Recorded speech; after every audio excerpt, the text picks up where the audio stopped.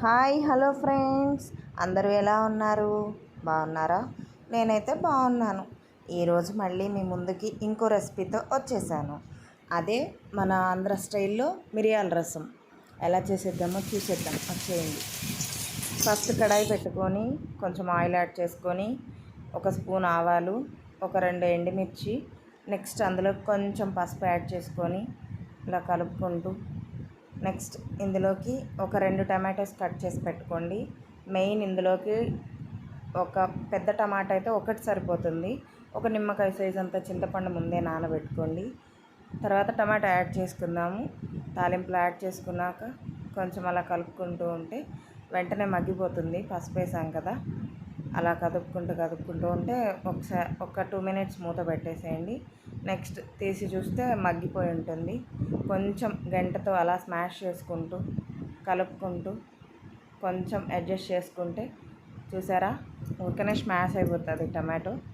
Next ఇందులోకి నిమ్మకాయ size అంత చింతపండు నుంచి 1/2 లీటర్కి కొంచెం ఎక్కువ వాటర్ తీసి పెట్టుకున్నాను నేను ముందుగానే.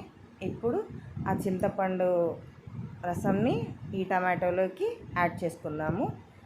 ఇలా ముందే నేను తీసి పెట్టుకున్నాను. 1/2 లీటర్కి కొంచెం ఎక్కువ ఉంటాయి అంతే. ఇలా యాడ్ చేసుకున్న తర్వాత నెక్స్ట్ ఇందులోకి కొంచెం సాల్ట్ అడ్జస్ట్ చేసుకోవాలి. ఎంత సరిపోతుందో చూసి సాల్ట్ యాడ్ చేసుకోవాలి. సాల్ట్ యాడ్ చేసుకున్న తర్వాత ఒకసారి కలిపేసుకొని జస్ట్ ఒక పొంగు వచ్చేలోపు మనం మిరియాల రసంలోకి పొడి రెడీ చేసుకుందాము. రెడీ చేసుకోవడానికి ఒక 10 ఎల్లిపాయలు, ఒక స్పూన్ జీలకర్ర, ఒక స్పూన్ మిరియాలు మిక్సీలోకి యాడ్ చేసుకోవాలి. చూసారా, నేను మిక్సీ చేశాను. మీరు మాత్రం వీలుంటే దంచుకొని వేసుకోవడానికే ట్రై చేయండి. దంచి వేస్తే ఆ టేస్టే వేరుంటుంది. నేను కొంచెం హడావుడైపోయి నేను మిక్సీలో వేశాను పచ్చగా. చూసారా, ఒక పొంగు ఫస్ట్ రసం మనం ఉప్పు యాడ్ చేసుకున్న తర్వాత ఫస్ట్ పొంగు వస్తుంది.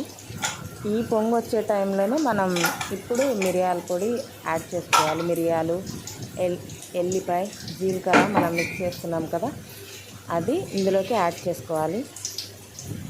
ఇలా యాడ్ చేసుకున్న చూసారా, పొంగు వస్తూ ఉంది. ఇది ఫస్ట్ పొంగు. ఫస్ట్ ఇలా ఉడికేటప్పుడే మనం యాడ్ చేసుకోవాలి.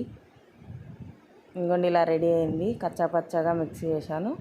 నెక్స్ట్ రసంలోకి యాడ్ చేసుకుందాము. యాడ్ చేసుకున్న తర్వాత ఇందులోకి స్పెషల్ ఇంగ్రీడియంట్ ఇంగువ, కొంచెం ఒక 1/2 స్పూన్ ఇంగువ యాడ్ చేసుకోవాలి. 1/2 స్పూన్ ఇంగువ యాడ్ చేసుకున్న తర్వాత కలుపుకోవాలి. అంతే, ఈజీ, సింపుల్. నా స్టైల్లో నేను రసం ఇలానే చేస్తాను.